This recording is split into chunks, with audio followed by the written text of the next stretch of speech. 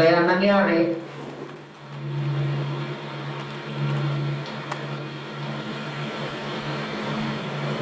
bata pa rin. Hindi rin ibig sabihin na pastor na mature na. Dahil mga pastors, umabot na ng 50 years, immature pa rin.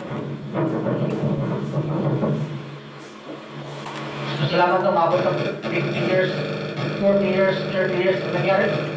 Hambog. Nagiging hambog.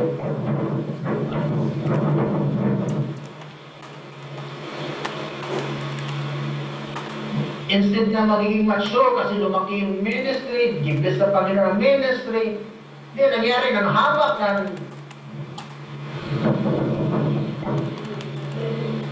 mga anak ng Panginoon. Pag hindi ka aning, pakialam sa iyo. Right? Tuyo.